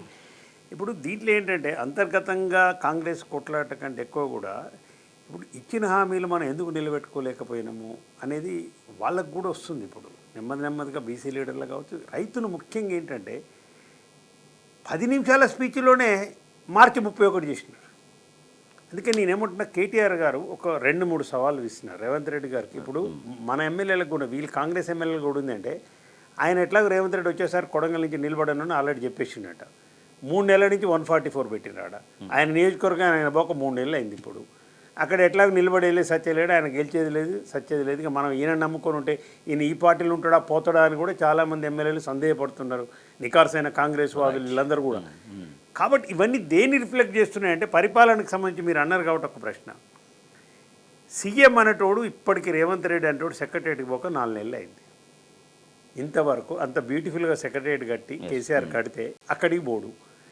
క్యాంప్ ఆఫీస్ ముఖ్యమంత్రి కార్యాలయం ఉంటే ఆడికి పోడు. మళ్ళీ మర్రిచెన్నారెడ్డి మానవరులు అంటే మళ్ళీ 500 కోట్లు పెట్టి ఇంకో క్యాంప్ ఆఫీస్ కడుతున్నాడు. కమాండ్ కంట్రోల్ కట్టింది కేసీఆర్ గారు. పోలీసుల నిఘా విభాగాన్ని పెంచి శాంతి భద్రతలు పెంచడానికి 2017లో 7 ఎకరాలు పెట్టి మన పక్కన కట్టినారు. దాని గురించి డీటెయిల్గా మాట్లాడదాం. ఓకే. అయితే కాబట్టి ఏంటంటే కాంగ్రెస్లో ఈ అంతర్గతము పరిపాలన మీద ఎఫెక్ట్ కావటము, ఈ కాంగ్రెస్ మార్కు రాజకీయాలు అనేవి ముందుకు వచ్చేసినాయి. ప్రజలు కూడా చీకొట్టే పరిస్థితి వస్తుంది కాబట్టి ఇవాళ ఎమ్మెల్యేట మాట్లాడుతారు. ఒక పటిష్టమైనటువంటి రక్షణ వ్యవస్థని, శాంతి భద్రతల్ని చాలా అద్భుతంగా కాపాడడం కోసం గత బీఆర్ఎస్ ప్రభుత్వం శత్రు దుర్భేద్యంగా కొన్ని కోట్ల రూపాయలు ఖర్చు పెట్టి పోలీసు కమాండ్ కంట్రోల్ సెంటర్ భవనాన్ని చాలా టీవీగా, చాలా రాజసంగా, చూస్తే చాలా అద్భుతమైన కట్టడంగా నిర్మించింది. అయితే అటువంటి కమాండ్ కంట్రోల్ సెంటర్ ఇప్పుడు రాజకీయాలకు వేదికగా మారింది. కమాండ్ కంట్రోల్ సెంటర్ ఉద్దేశము, ఆ లక్ష్యం పూర్తిగా పక్కదారి పడుతోంది. ముఖ్యమంత్రి రేవంత్ రెడ్డి అక్కడ స్వయంగా రాజకీయ పార్టీకి సంబంధించినటువంటి, కాంగ్రెస్ పార్టీకి సంబంధించినటువంటి మీటింగ్లు కూడా కండక్ట్ చేస్తున్నారనేది వస్తున్నటువంటి మాట, వస్తున్నటువంటి ఫీడ్బ్యాక్. నరసింహారెడ్డి గారు ఇందాక మీరు ప్రస్తావించినట్టుగా కమాండ్ కంట్రోల్ సెంటర్ ఉద్దేశము, లక్ష్యము, గమ్యం ఎందుకు పక్కదారి పడుతుంది? అది వాస్తవానికి అది నిర్మించింది ఎందుకు కేసీఆర్ గారు అంటే, శాంతి భద్రతలు అనేవి అదుపులో ఉంటేనే పెట్టుబడులు వస్తాయి. హైదరాబాద్ సంబంధించి ఒక విశ్వనగరంగా ఇంటర్నేషనల్గా హైదరాబాద్ ఇమేజ్ పెరగాలని చెప్పి వారు 2017లో మొదలుపెట్టి 22లో దాన్ని కంప్లీట్ చేసినారు. దీని యొక్క ఉద్దేశం ఏంటంటే, ఇక్కడ పోలీస్ కమిషనర్ ఉంటాడు, రాష్ట్రంలో ఉన్న సీసీ కెమెరాలు 60 నుంచి 70% ఇక్కడి నుంచి చూసుకోవచ్చు వాళ్ళు. అవును. కాబట్టి ఎక్కడ ఏ నేరం జరిగినా, ఏమి జరిగినా కానీ ఇమ్మీడియట్గా పోలీసులు స్పందించి ఇమ్మీడియట్గా ఆ నేరస్తులను పట్టుకోవడానికి, కేసును ఛేదించే అవకాశం ఉంది. ఇది దాని యొక్క ఉద్దేశం. దీన్ని ఇవాళ ఇప్పుడు దరిదాపు నెలకు 2-3 సార్లు 4 సార్లు మీటింగులు, అన్నీ క్యాబినెట్ మీటింగు అక్కడే, రాజకీయాలు మాట్లాడేది అక్కడే. అసలు ఎందుకు నువ్వు సెక్రటరియట్ పోవట్లేవు అని చెప్పడానికి లేదు. అంతకుముందు చాలా సూక్తులు చెప్పినారు, చాలా మాట్లాడింది రేవంత్ రెడ్డి నోరు బారేసుకున్నారు కేసీఆర్ గారి మీద. గంత మంచి సెక్రటరియట్ కట్టిస్తే ఆనవాళ్ళు, అది కూడా కేసీఆర్ అన, నువ్వు కూర్చుంది కూడా కేసీఆర్ అనవాలి, ఆ క్యాబిన్ కూడా కేసీఆర్ గారు కట్టించింది, అది కూడా. ఇవాళ రాజకీయాలకు నిలయంగా రాజకీయాలు ఎందుకు మాట్లాడాలంటే పోలీస్ వాళ్ళ పని వాళ్ళు చేసుకునేరు. ఎందుకు అంటే దీంట్లో రేవంత్ రెడ్డికి ఒక భయం జరగబడ్డది. సెక్రటరియట్ పోతే అందరు అక్కడికి వస్తారు, మాట్లాడతారు, విజిటర్స్ ఉంటారు, వివిధ డిపార్ట్మెంట్లో వస్తారు, జవాబు చెప్పే పరిస్థితి లేదు. కమాండ్ కంట్రోల్ ఎవరిని రానియరు కదా. అవును, అది పోలీసు ఇది కాబట్టి ఎవరిని విజిటర్ని కాదు, ఎమ్మెల్యేలను కూడా రానియరు అనుమతి లేకుండే. ఇప్పుడు ముఖ్యమంత్రి పోయి అల్ల కూర్చొని, ఇప్పుడు నిన్న చూడండి, ఆ ఫోటో చూడండి, ఎమ్మెల్సీ అభ్యర్థి నరేందర్ రెడ్డి ఆయన. అవును, ఈయన ఎక్కడ కలవాలండి? ఫస్ట్ అసలు ఈయన గాంధీ భవన్కి ఎందుకు పోవట్లేడు? పార్టీ వ్యవహారాలు మాట్లాడడానికి మీకు గాంధీ భవన్ ఉంది కదా, అక్కడ అసలు గాంధీ భవన్ ఎందుకు పోవట్లేవు నువ్వు? ఈ నరేందర్ రెడ్డి ఏడ కలవాలి నిన్ను? సెక్రటరియట్ కూడా కాదు, కలిసే నిన్ను గాంధీ భవన్లో కలవాలి, లేకపోతే ఇంటి దగ్గర కలవాలి. ఇంటి దగ్గర నువ్వు ఇంటి గాంధీ భవన్ నువ్వు పోవు. ఇప్పుడు ఉత్తమ్ కుమార్ రెడ్డి గారు, వెంకరెడ్డి గారు, జూపల్లి, బట్టి, పోతే ఈయన, వీళ్ళందరూ పొంగులేటి, దామోదర్ రాజనరసింహ, సీత, వీళ్ళందరూ మంత్రులే కదా. అవును, వీళ్ళందరికీ ఏం పని అసలు? కమాండ్ కంట్రోల్లో అసలు నీకేం పని? నీ చుట్టూ వీళ్ళందరూ ఎందుకు తిప్పుతున్నావు? ఆడ వాళ్ళని డ్యూటీ చేయనియవు, కట్టిన సెక్రటరియట్కి పోవు, వాస్తవాన్ని ఇప్పుడు ఈ గేట్లని మొత్తం గేట్లని ముసిపడేసిండు. ఇటు సింహద్వారం తీసేసిండు, సౌత్ వెస్ట్ అని అది తీసేసిండు, ఇటుపక్క ఒకటి తీసేసిండు. అంటే జరిగితే ముఖ్యమంత్రి ఇంట్లో ఆ జూబ్లీహిల్స్ ప్యాలెస్ నుంచి నిర్ణయాలు, అలా ఏం జరుగుతుందో ఎవరిని తెలియదు. ముఖ్యమంత్రి అంటాడు ప్రభుత్వం నివాసాలలో ఉండాలి, అప్పుడే అది పారదర్శకంగా ఉంటుంది. అవును, నీ ఇష్టం వచ్చినట్టు ఇళ్లలో ఉండి నీ నిర్ణయాలు చేస్తాను. ఒకటి కమాండ్ కంట్రోల్ నువ్వు పొలిటికల్గా ఎందుకు ఉపయోగిస్తున్నావు చెప్పు. భయం కదా నీకున్నది. ఇవాళ ప్రజలకు ఇచ్చిన హామీలు నెరవేర్చలేదు, సెక్రటరియట్కి వస్తే అందరు అర్జీలు పట్టుకొని వస్తారు. అది ఇప్పుడు మంత్రులు అడిగేదానికి జవాబు చెప్పేటట్టు ఉండదు. ఇక్కడైతే ఎవరిని రానియరు. అవును, ఎస్. కాబట్టి ఈ భయం జ్వరపడి ప్రజల నుంచి వచ్చే వ్యతిరేకతను కమాండ్ కంట్రోల్ ఎన్ని రోజులు కవర్ చేస్తావు నువ్వు? Right, okay. ఎన్ని రోజులు కవర్ చేయలేవు. ఎస్, తప్పకుండా నువ్వు వాడు పోవాల్సిందే, సెక్రటరియట్ పోవాలి, పరిపాలన చేయాల్సిందే, గాంధీ భవన్ పోవాల్సిందే, కూర్చోవాల్సిందే, రాజకీయాలు చేయాల్సిందే. ఈ విధంగా తప్పించుకొని ఎన్ని రోజులు తిరుగుతాం అనేది రేవంత్ రెడ్డి గారు మాట్లాడాలి. రైట్, పాపారావు గారు, పూర్తిగా శాంతి భద్రతలకు సంబంధించినటువంటి పర్యవేక్షణ విభాగానికి ఒక పటిష్టమైన నిఘా వ్యవస్థ అక్కడ దానికోసం. కానీ సరే, దానికి సంబంధించినటువంటి రివ్యూస్ మాత్రమే అక్కడ చేసుకోవచ్చు. మిగిలిన ప్రభుత్వ రివ్యూలు ఏవైనా కూడా ప్రభుత్వ సచివాలయంలోనే చేయాలి. అంత గొప్ప భవంతి సచివాలయం ఉన్నా కూడా ముఖ్యమంత్రి ఇప్పుడు సచివాలయానికి ఎందుకు పోవట్లేరు? ఒక 30 సెకండ్ 10 సెకండ్. ఇప్పుడు ఈ డిపార్ట్మెంట్ వాళ్ళు అందరూ సెక్రటరీలు, జాయింట్ సెక్రటరీలు అందరూ ఫైల్ పట్టుకొని ఇడికి రావాలి కదండి. ఇప్పుడు ఈయన ఒకటి రివ్యూ పెడతారు ముఖ్యమంత్రి గారు, అందరు మొత్తం కట్ట కట్టుకొని ఇడికి రావాలి. 5 నిమిషాల జర్నీ ఈ నుంచి నువ్వు పోయి సెక్రటరీ పోతే పక్కన ఇంటిగ్రేటెడ్ సెక్రటరీ కట్టిండు కేసీఆర్ గారు కూడా. హెడ్ ఆఫ్ ది డిపార్ట్మెంట్స్ కూడా అందరూ ఆనే ఉన్నారు. ఇంతకుముందు దూరంగా ఉండేది. అంత పెద్ద ఎత్తున సెక్రటరియట్ కట్టి పార్కింగ్ పెట్టి అన్ని చేస్తే వాళ్ళందరూ ఫైల్ పట్టుకొని ఇంటికి రావాలి. రైట్, నిజం పాప. అదే అర్థం కాని పరిస్థితి. అంటే ఇక్కడికి వచ్చిన వాళ్ళు అన్నట్టుగా 5-6 నిమిషాలలో ప్రయాణం సచివాలయానికి చేరుతుంది. అసలు మోస్ట్లీ 10 నిమిషాల్లో అక్కడ చేరుకునే వాళ్ళు మరి ఇక్కడ ఎందుకు మీటింగ్లు పెడుతున్నారు? ఇక్కడ ఎందుకు ప్రభుత్వ క్యాబినెట్ నిర్ణయాలు కావచ్చు ఇవన్నీ ఎందుకు జరుగుతున్నాయి అన్నది అర్థం కానటువంటి ప్రశ్న పాపారావు గారు. అర్థం కాకపోవడానికి ఏం లేదు. నాకైతే మీరన్నా శాంతి భద్రతలు లేవన్నారు కదా, ఆయనకి శాంతి భద్రత లేదని ఫీల్ అవుతున్నారు రేవంత్ రెడ్డి గారు. అందుకని శాంతి కోసం భద్రత కోసం పోలీసుల పహారాలో పెట్టుకుందామని పెట్టుకుంటున్నారని నేను అనుకుంటున్నాను. మరి లేకపోతే పోలీస్ అక్కడ కమాండ్ కంట్రోల్ రూమ్ లోనే పెట్టుకోవాల్సిన అవసరం ఉంది. ఆయన ఇంట్లో చేస్తున్నాడు, సరే అదైనా పోనీ ఇంట్లో చేసుకోవచ్చు కదా, చేసుకుంటున్నారు కదా, ఇంట్లోనే క్యాంప్ పెట్టుకున్నారు, మరి చేసుకున్నారు. లేదు సెక్రటేరియట్కి పోతే పొండి, లేకపోతే చెన్నారెడ్డి దీనిలో కట్టారు అని చెప్పారు కదా, 500 కోట్లు పెట్టి మరి చెన్నారెడ్డి దీనిలో హ్యూమన్ రిసోర్సెస్ దీనిలో అక్కడికైనా పోయి మళ్ళీ పోలీస్ కంట్రోల్ రూమ్కి ఎందుకు, పోలీసు కమాండ్ అండ్ కంట్రోల్ సెంటర్కి ఎందుకు పోతున్నారు? శాంతి భద్రత లేవనే ఫీలింగ్ ఆయనకు ఉందేమో. నాకు శాంతి లేదు భద్రత లేదు అనే ఫీలింగ్ చేసే పనులు అలాంటివి కదా అది. సో అంటే మీరు చెప్తున్నట్టుగా సరే అట్లీస్ట్ ప్రభుత్వానికి సంబంధించిన అది కూడా అందులో పెట్టాల్సిన పని లేదు. అంటే పోలీస్ డిపార్ట్మెంట్కి సంబంధించి పెట్టవచ్చు. బట్ అక్కడ రాజకీయ మీటింగ్లకు వేదిక అవుతుంది అనేది ఇప్పుడు ప్రశ్న. సరే అక్కడ ఎందుకు పెడుతున్నారు అనేది అంటే మరి ఇప్పుడు ఆందోళన అంత స్థాయిలో ఏదైనా చేస్తాడు కదా మనిషి. ఆందోళన అంత స్థాయిలో ప్రజలు వచ్చి ప్రశ్నిస్తారేమో, ఎక్కడైనా నిలదీస్తారేమో, ఎక్కడైనా గొడవ చేస్తారో, లేకపోతే ఇంకోట జరుగుతుందని భయం ఉన్నప్పుడు సహజంగానే ఇక మా విచక్షణ అనేది ఉండదు కదా. రక్షణే కోరుకుంటారు ఏ మనిషి అయినా. ఆయన చేసే పనులకు ఆయనకు అంత భయాందోళనలు ఖచ్చితంగా ఉండే అవకాశం ఉంది. ఖచ్చితంగా నన్ను ఏమైనా ఇబ్బంది పెడతారేమో, జనం ప్రశ్నిస్తారేమో, నిలదీస్తారేమో, ఇదంతా ప్రచారం అయిపోతే ఏమైపోతుంది నా పదవి అనేది భయాందోళనలు ఉంటాయి. ఇప్పటికే రాహుల్ గాంధీ దృష్టికి వెళ్ళి ఉంటుంది. దీపాదాస్ మున్షి గారు పరిగెత్తుకొస్తున్నారంటే రేపు పొద్దున ముప్పు వచ్చేది ఫస్ట్ రేవంత్ రెడ్డి పోస్ట్కి. దానిలో మీకు సందేహం ఏం లేదు. ఈ ఆందోళన వల్ల వీళ్ళు 10 మంది సపరేట్ గా సమావేశమైన దీనిలో ఫస్ట్ తాప కింద నీరు వచ్చేది కాంగ్రెస్ గవర్నమెంట్ ఉంటుందా పోతా నేను చెప్పటల్లా. కానీ పదవికి అయితే మాత్రం రేవంత్ రెడ్డి గారికి ఖచ్చితంగా ఇబ్బంది ఉంటుంది. ఎందుకంటే వీళ్ళంతా ఇలా ఎందుకు అవుతున్నారంటే రేవంత్ రెడ్డి గారి మీదే ఫస్ట్ కంప్లైంట్. మరి అన్ని ఆందోళనలు ఉన్నాయి, ఆయనకి అన్ని బాధలు ఉన్నాయి. అది ప్రజా దర్బార్ అని పెట్టి రోజు అక్కడ కూర్చుంటే ప్రగతి భవన్కి వచ్చి అని చెప్పి దాన్ని ఏదో మార్చాను. ఇంతవరకు ఒక్కరోజు పోయింది. మొదటి రోజు 2 గంటలు ఉన్నట్టు, తర్వాత ఇంతవరకు అటు పోయిన దిక్కు లేదు. ఇక సొంత పార్టీ ఎమ్మెల్యేలు కలవడానికి ఇప్పుడు ఇబ్బంది అవుతుంది ముఖ్యమంత్రిని. ప్రజల సంగతి దేవుడు ఎరుగు. సొంత పార్టీ ఎమ్మెల్యేలు ఏడగలవాలి? గాంధీ భవన్కు రాడు, ఇంటికాడ ఉండడు, సెక్రటరియట్ రాడు. ఏడగలవాలని చెప్పి వాళ్ళు మీటింగ్ పెట్టుకుని రాష్ట్ర మీటింగ్ ఎందుకు పెట్టుకోవాల్సి వచ్చింది? మరి ఈయన కలుపుతలేడు కదా దొరవారు. కమాండ్ కంట్రోల్కి ఇలా రానియరు, ఎవరిని పర్మిషన్ ఇస్తే వాడే రావాలి. పాపారావు గారు అన్నట్టు తన శాంతి తన భద్రత కోరుకుంటున్నాడు. రాష్ట్ర శాంతి భద్రత లేవు ఇక దీంట్లో. అంత భయం దొరబడి రేవంత్ రెడ్డి, కేటీఆర్ గారు అందుకే చెప్పినారు, రుణమాఫీకి సంబంధించి నీ నియోజకవర్గంలో ఉన్న 140-130 గ్రామాలలో ఏ గ్రామానికన్నా పోదాం, పోలీసులు లేకుండా నువ్వు రా, 100% రుణమాఫీ అయిందని కొడంగల్ నియోజకవర్గంలో ఏ ఊళ్ళో నువ్వు నిరూపిస్తే నేను అక్కడే రాజీనామా చేసిపోతా అని చెప్పారు కేటీఆర్ గారు. రైట్, పోలీసులు లేకుండా తిరగలేని పరిస్థితి కాదు. పోలీసుల హెడ్ క్వార్టర్స్లో మీటింగ్ పెట్టుకునే దుస్థితి ఇలా ఈ రాష్ట్ర ముఖ్యమంత్రికి వచ్చింది. కేసీఆర్ గారు ఎన్నడన్నా 10 సంవత్సరాల్లో మీటింగ్ పెట్టినాయండి అక్కడ? లేదు. ఒక అబండాలు వేసి దాని ఒక బ్లాక్మెయిలింగ్ చేసి సెక్రటరియట్ రావట్లేని. మరి నువ్వేం చేస్తున్నావు ఇప్పుడు? 32 సార్లు ఢిల్లీ పోయి వచ్చిండండి, ఇప్పటివరకు 30-40 సార్లు ఢిల్లీ పోయి వచ్చిండు. ఏది ఇంతవరకు ఒక్క పైసా వచ్చిందా? ఒక్క పైసా బడ్జెట్లో కేటాయింపు చేసుకున్నారా? మేము గెలిచి అట్లా చేస్తాం, మేము గెలిచి కేసీఆర్ గారికి డీల్ చేయరాట్లేదు, మేము చాలా ఫ్రెండ్షిప్గా ఉంటాం కేంద్రంతో. దేనికి నీ ఫ్రెండ్షిప్? బడేబాయి చోటేబాయి ఏంటంటే నీ కేసులు మాఫీ చేసుకోవడం కోసమే, కానీ తెలంగాణ రాష్ట్ర ప్రయోజనాల కోసం ఈ రెండు జాతీయ పార్టీలకు చిత్తశుద్ధి లేదు అనేది వాస్తవంగా జరిగేది ఇది. రైట్. పాపారావు గారు, తెలంగాణ ఇందాక వారు ఎట్లాగ ప్రస్తావించారు కాబట్టి బడ్జెట్కి సంబంధించి. హలో, ఏం లేదు ఎస్ పాపారావు గారు, అయితే బడ్జెట్ విషయంలో తెలంగాణకు అన్యాయం జరగడం అనేది ఒక అంశం అయితే, టోటల్గా దక్షిణాది రాష్ట్రాలకు జనాభా నియంత్రణ శాపంగా మారింది. ఉత్తరాది రాష్ట్రాలకేమో కేంద్ర పన్నుల శాతం, దాంట్లో వాటా శాతం పెరిగింది.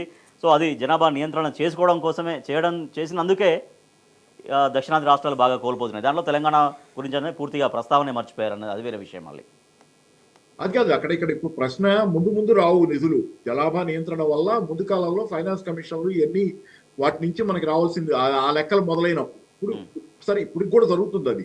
దానికంటే మించింది కాంగ్రెస్ ప్రభుత్వ అన్యాయం కంటే కూడా కాంగ్రెస్ ప్రభుత్వం తాలూకు రేవంత్ రెడ్డి గారి తాలూకు వాళ్ళ తాలూకు అజ్ఞానం ఉంది దీనిలో. కేంద్ర ప్రభుత్వం ఇంతకు ముందు నుంచి సీతకన్నేస్తుంది, తెలంగాణని అన్యాయం చేస్తుంది అనేది మాట్లాడితే, తెలంగాణ అనవసరంగా కేసీఆర్ గారు సెంటర్తో తగాదా కేంద్రంతో తగాదా పెట్టుకుని నిధులు రాకుండా చేశారని పిచ్చి ఆరోపణలు చేశారు కదా గతంలో. ఇప్పుడు అర్థమవుతుంది కదా వాళ్ళకి. కానీ ఏంటంటే వాళ్ళ అజ్ఞానం ఉంది, ఎందుకు జరిగింది అనే దాని విషయంలో అజ్ఞానం ఉంది. కేసీఆర్ గారు సాధ్యమైనంత కేంద్రంతో సంయమనం పాటించారు. సాధ్యమైనంత కాలం కేంద్రంతో మంచిగానే పోవాలని ట్రై చేశారు. ఏం చేసినా కేంద్రంలో ఉన్న బీజేపీ మాత్రం నేను ఇంతే ఉంటాను, నీ చేయి మెలిపెడతానే ఉంటాను, నేనేమి పైసా రాల్తానని చేసిన తర్వాతే కేసీఆర్ గారు ప్రశ్నించడం మొదలు పెట్టారు. అందుకని ఏంటంటే అది ఆ కాస్త కూడా అర్థం చేసుకోకుండా కేసీఆర్ గారి మీద ప్రభుత్వంతో కేంద్రంతో తగాదాలు పెట్టుకున్నారని ఆరోపణలు చేసినటువంటి దుర్మార్గం. ఇప్పుడు అజ్ఞానం బయటపడుతుంది కదా, ఎవరిది అజ్ఞానం అనేది. లబోది ఇవ్వమంటున్నారు జనాలు, నవ్వుకోరా? బాధలో కూడా నవ్వుకుంటారు జనాలు. బాధ ఉంటుంది తెలంగాణకి నిధులు రాలేదు, ఆ బాధలో కూడా జనాలు నవ్వుకుంటారు వీళ్ళని చూసి. ఖచ్చితంగా చాలా అన్యాయమైన విషయం ఇది. అంటే కాంగ్రెస్ వాళ్ళకి అసలు అంటే ఎంత జనం కన్సంప్షన్ కోసం ఏమి ఇవ్వలేదని అంటున్నారా, లేకపోతే 1,63,000 కోట్లు నిజంగా ఇస్తారని వీళ్ళు పెట్టారా? ఎవరని తెలిసి కూడా పెట్టి ఇప్పుడు లబోదిబ్బమన్నట్లు అది కూడా నిజమా అని అంటున్నా అనే ప్రశ్నలు ఇయ్యే. అంటే కేసీఆర్ గారిని నిందించడానికి నిరంతరంగా బడేబాయి చోటాబాయికి ఉన్నది ఏంటంటే ఇందాక ఓఎన్ఆర్ గారు చెప్పిన దానిలో ఐడిషన్ వాళ్ళిద్దరూ రేవంత్ రెడ్డి లేకపోతే కాంగ్రెస్ పార్టీ వాళ్ళ మీద కేసుల గురించే కాదు, ఎత్తించుకోవటమే కాదు బడేబాయి అనేది. వాళ్ళకి ఏంటంటే ఇప్పుడు కేసీఆర్ గారి మీద లేకపోతే కేటీఆర్ గారి మీద, హరీష్ రావు మీద, కవిత మీద ఏదో కేసులు పెట్టేది. వాళ్ళు తెలంగాణలో వీళ్ళకి ఆటంకంగా ఉన్నారు. ప్రజలకు అడ్డంగా నిలబడి ప్రజల రక్షణ హక్కులు కాపాడే వాళ్ళుగా ప్రశ్నించే వాళ్ళు ఉన్నారు. కాబట్టి బడేబాయి చోటాబాయి మొదటి ఎజెండా చోటాబాయి తాలూకు కేసుల విషయమే కాదు. మొదటి ఎజెండా సాధ్యమైనంత వరకు వీళ్ళని ఇరుకాటంలో పెట్టాలి, టీఆర్ఎస్ వాళ్ళని సాధ్యమైనంత రాచి రంపాన పెట్టాలి. ఇది మెయిన్ ఎజెండా. మిగతా ఏమీ లేవు. మిగతా వాటి విషయంలో ఎవరిదో వాళ్ళది కనపడుతుంది కదా. తెలంగాణకి నిధులు రాలా. ఈ చిన్న విషయాన్ని మర్చిపోయి ప్రతిపక్షంతో సయోధ్యగా గెలిచారు, ఎటు అధికారంలోకి వచ్చారు. ప్రతిపక్షంతో సయోధ్యతో, బీఆర్ఎస్ తో సయోధ్యతో తెలంగాణ అభివృద్ధి కోసం పనిచేసుకుంటే గౌరవంగా ఉండేది రేవంత్ రెడ్డి గారికి కూడా. రైట్. ఓకే. ఎస్, చివరిగా నరసింహారెడ్డి గారు, సో జనాభా నియంత్రణ దక్షిణాది రాష్ట్రాలకు ఒక శాపం అయితే దాంట్లో తెలంగాణ న్యాచురల్గానే తీవ్రంగా నష్టపోవడం, కేంద్రం సరిగ్గా పట్టించుకోకపోవడం. దక్షిణాది రాష్ట్రాలకు సంబంధించి 5 రాష్ట్రాలు ఏవైతున్నాయో, ఆంధ్రప్రదేశ్ కావచ్చు, తెలంగాణ కావచ్చు, కర్ణాటక, తమిళనాడుకి సంబంధించి కూడా మొత్తం దేశ జీడిపిలో దాదాపు 80 to 90% ఇక్కడి నుంచి కాంట్రిబ్యూషన్ పోతుంది. ఇప్పుడు ఈ ఆర్థిక సంఘాలు ప్రతి 5 సంవత్సరాలకు ఒకసారి వేస్తారు. 14వ ఆర్థిక సంఘం 15 నుంచి 2020 వరకు, 15వ ఆర్థిక సంఘం 21 నుంచి 26 వరకు. దీంట్లో మొదటి నుంచి కూడా మీరు చూడండి, ఫస్ట్ 2019లో మోడీ అధికారంలోకి రాకముందు చెప్పిన స్లోగన్ ఏంటంటే కోఆపరేటివ్ ఫెడరలిజం అన్నాడు, టీమ్ ఇండియా అన్నాడు. కోఆపరేటివ్ ఫెడరలిజము, టీమ్ ఇండియా, ఈ 2 నినాదాలతోనే ఆయన మేనిఫెస్టో పెట్టి ఎక్కడ పోయిన ఉపన్యాసాలు ఇచ్చిండు. అంటే ప్రణాళికా సంఘాన్ని తీసేసి మళ్ళీ నీతి ఆయోగ్ అని ఒకటి పెట్టినాడు. దాంట్లో రాష్ట్ర ముఖ్యమంత్రులు ఉన్నాయి. కేసీఆర్ గారు అప్పుడు నీతి ఆయోగ్ పోకుంటే బహిష్కరిస్తే ఎందుకు పోవని చెప్పి విమర్శలు చేసినారు. మరి ఎందుకు పోవాలన్నా అక్కడ పోయి ఛాయ్ బిస్కెట్లు తిని రావడం కదా, వాళ్ళు ఏం చేయట్లేదు రాష్ట్రాలకు, అసలు మనల్ని ఎవరు కేర్ చేయట్లేడు. ఆడ మొత్తం సెంట్రలైజ్ అయిపోయింది, కేంద్రీకృతం అయిపోయింది బీజేపీ ప్రభుత్వం అని చెప్పి వారు బహిష్కరించినారు కేసీఆర్ గారు. అప్పుడు విమర్శలు చేసినారు. మరి ఇప్పుడు తీసుకురా నిధులు. మరి కేంద్ర ప్రభుత్వం బీజేపీ ఇక్కడ 8 సీట్లు గెలిచిందండి మొన్న 24 ఎన్నికల్లో. కాంగ్రెస్కి 8 సీట్లు ఇచ్చినారు. ప్రజలు ఎందుకో మరి ఇక్కడ కూటమిలో లేరని చెప్పి ఇక్కడ బీఆర్ఎస్కు సీట్లు ఇవ్వలేదు. భారతదేశం అంతటి ఇవ్వలేదు, మనకు కూడా ఇవ్వలేదు. మరి 8 సీట్లు ఉండి మీరు ఏం చేస్తున్నారు? ఇప్పుడు కాంగ్రెస్ ఎంపీలు ఏం చేస్తున్నారు? బీజేపీ ఎంపీలు ఏం చేస్తున్నారు? కేంద్ర పార్లమెంట్లో బడ్జెట్ పెట్టంగానే వీళ్ళందరూ ఓహా అని మొత్తుకున్నారు. కిషన్ రెడ్డి గారు, బండి సంజయ్ గారు. ఏం తెచ్చినారు చెప్పండి ఆయన. వెనుకబడ్డ అంటే విభజన హామీలలో రావాల్సిన 1450 కోట్లు అవి రాలేదు. వెనుకబడ్డ జిల్లాలకు రావాల్సిన 450 కోట్లు ఆ నిధులు రాలేదు. ఏమి రాకుండా ఇప్పుడు ప్రజలు మాత్రము గప్పాలు కొట్టుకుంటే వీళ్ళ గప్పాలు వీళ్ళు, వీళ్ళ గొప్పలు వీళ్ళు చెప్పుకుంటామని ప్రజలు నలిగిపోతున్నారు. ఈ వాస్తవాన్ని గ్రహిస్తున్నారు. కాంగ్రెస్ పార్టీ మీద బీజేపీ పార్టీ తీవ్ర వ్యతిరేకత మొదలైంది గ్రామాలలో గమనించాలి. Right, thank you so much Narasimha Reddy garu. Thank you so much Paparao garu. అలాగే ఫోన్ లైన్లో మాట్లాడిన శుభప్రద్ పటేల్ గారికి కూడా థ్యాంక్ యూ సో మచ్. ఇది వాటి వార్తలు వాస్తవాలు. చూస్తూనే ఉండండి టీ న్యూస్.